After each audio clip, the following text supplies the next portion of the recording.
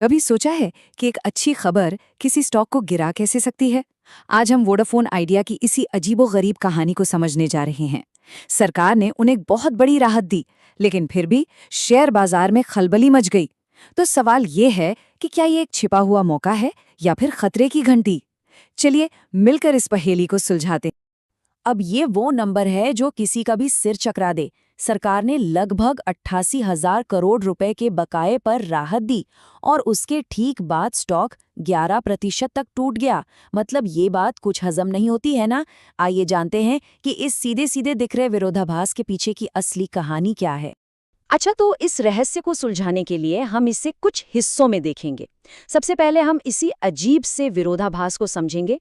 फिर हम देखेंगे कि बाजार के जो शंकावादी हैं यानी कि बेयर केस वो क्या कह रहे हैं, और जो आशावादी हैं यानी बुल केस उनकी दलीलें क्या हैं। और आखिर में हम ये भी देखेंगे कि एक्सपर्ट्स क्या सोच रहे हैं और इन सब का निवेशकों के लिए क्या मतलब निकलता है। ठीक है, तो चलिए शुरू करते हैं इस कंफ्यूजिंग कॉन्ट्रडिक्शन से। पहली नजर में तो ऐसा लगता है कि इतने बड़े कर्ज पर मोहलत मिलना एक जबरदस्त जीत है।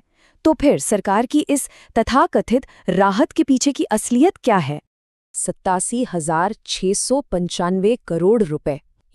ये वो भारी भरकम रकम है जो कंपनी के सर पर तलवार की तरह लटक रही थी। ये एजीआर का बकाया था जो वोडाफोन आइडिया के भविष्य पर मंडरा रहा एक बहुत बड़ा तूफान था, और सरकार ने इस पर फिलहाल के लिए रोक लगा दी। अब यहाँ पर जो सबसे जरूरी शब्द है वो है मोराटोरियम। देखिए, ये समझना बहुत जरूरी है कि ये कर्ज माफी बिल्कुल नहीं है। ये तो बस एक पॉज बटन दबाने जैसा है।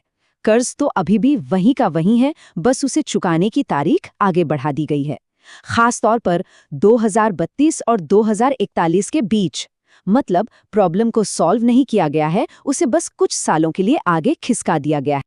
और बस यही आगे खिसकाने वाली बात हमें सीधे ले आती है बेयर केस पर। मतलब अगर कर्ज अभी भी सिर पर खड़ा है तो असल में राहत मिली कहाँ? चलिए उन वजहों को देखते हैं जिनकी वजह से मार्केट इस खबर को लेकर इतना आशंकित है। कंपनी के सामने चुनौतियां एक नहीं कई हैं। सबसे पहली और सबसे बड़ी है कर्ज का पहाड़ और लगातार हो रहा घाटा। ऊपर से इस मॉरेटोरियम से ब्याज या पेनाल्टी पर कोई राहत नहीं मिली है। फिर मार्केट में कंपटीशन इतना तगड़ा है कि रिलायंस जियो और एयरटेल जैसी बड़ी कंपनियां उन्हें सांस लेने का भी मौका नहीं दे रही। और आखिर में ये एक ऐसा स्टॉक है जो कंपनी की असल कमाई से ज्यादा सिर्फ खबरों और भावनाओं पर चलता है, जो इसे बहुत ही ज्यादा अस्थिर बना देता है। लेकिन रुकिए, कहानी पूरी तरह से नेगेटिव नहीं है। कुछ निवेशक इस हालात में भी एक मौका देख रहे हैं। तो चलिए अब सिक्के का दूसरा पहलू देखते हैं और समझते हैं कि आशावादी लोगों को इसमें उम्मीद की किरण कहाँ दिख रही है। आशावादी लोग वापसी का एक संभावित रास्ता देख रहे हैं। पहला कदम, मॉरेटोरियम से कैश फ्लो में तुरंत राहत मिलती है, जिससे कंपनी को सांस लेने की मोहलत मिल जाती है। दूसरा, प्रमोटरों से मिली एक बड़ी नकद राशि उनकी लिक्विडिटी को मजबूत करती है। तीसरा, 5G का संभावित रोल आउट नए कस्टमर्स को अपनी ओर खींच सकता है।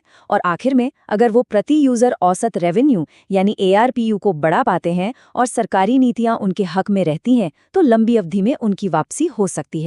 तो एक तरफ निराशावादी हैं और दूसरी तरफ आशावादी। लेकिन वो लोग क्या कह रहे हैं जिनका काम ही इन सब चीजों का विश्लेषण करना है? आइए अब एक्सपर्ट्स के फैसले पर एक नजर डालते हैं। ये चार्ट काफी कुछ साफ कर देता है। ज्यादातर एनालिस्ट्स या तो बेचने या फिर होल्ड करने की सलाह दे रहे हैं। खरीदने का जोखिम उठाने वाले बहुत कम हैं। इससे पता चलता है कि प्रोफेशनल निवेशक कंपनी के बुनियादी जोखिमों को लेकर वाकई में चिंतित हैं, भले ही इसमें वापसी की कुछ संभावना क्यों न हो। और जब हम प्राइस टारगेट्स को देखते हैं तो ये अनिश्चितता और भी साफ हो जाती है। अनुमान 15 रुपए के ऊपरी स्तर से लेकर सिर्फ 2.4 रुपए के निचले स्तर तक हैं।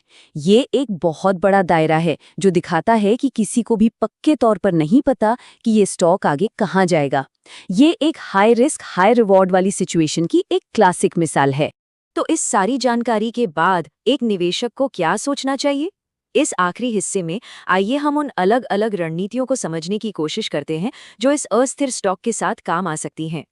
यहाँ असल में दो अलग अलग तरह की सोच काम कर रही हैं।